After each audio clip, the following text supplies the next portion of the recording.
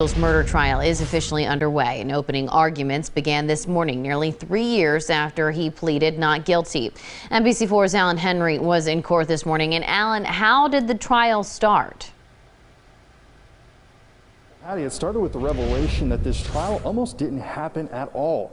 Before the jury was even brought in, both the prosecution and the defense told the judge that they had been working on a potential plea deal. Now, that deal would have reduced Husel's murder charges to negligent homicide. Jose Baez, Husel's defense lawyer, said he had, quote, significant discussions about the deal, which he called reasonable. But Husel maintained his innocence, and so the trial moved forward.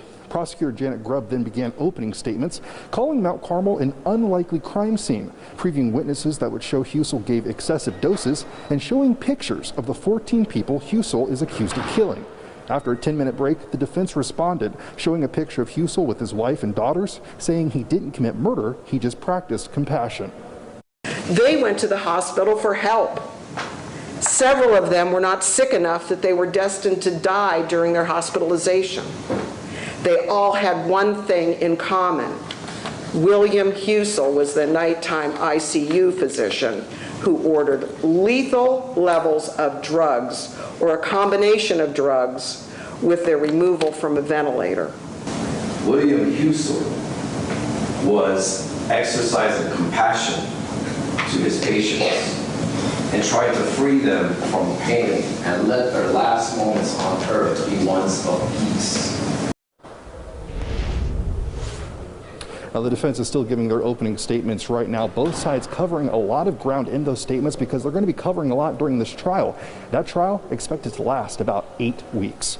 Local for you at the courthouse, Alan Henry, NBC4. Alan, thank you. It's taken more than 3 years to bring this case to trial, and here's a look back at how the investigation played out. Husel was first hired by Mount Carmel in 2013.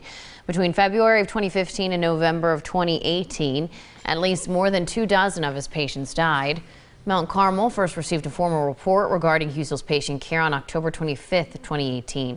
He was removed from patient care a month later and was out of a job by December 5th.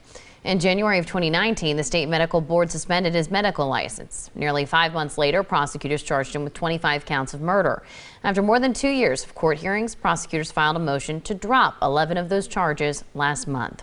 We'll have continuing coverage on the developing matter on NBC4i.com.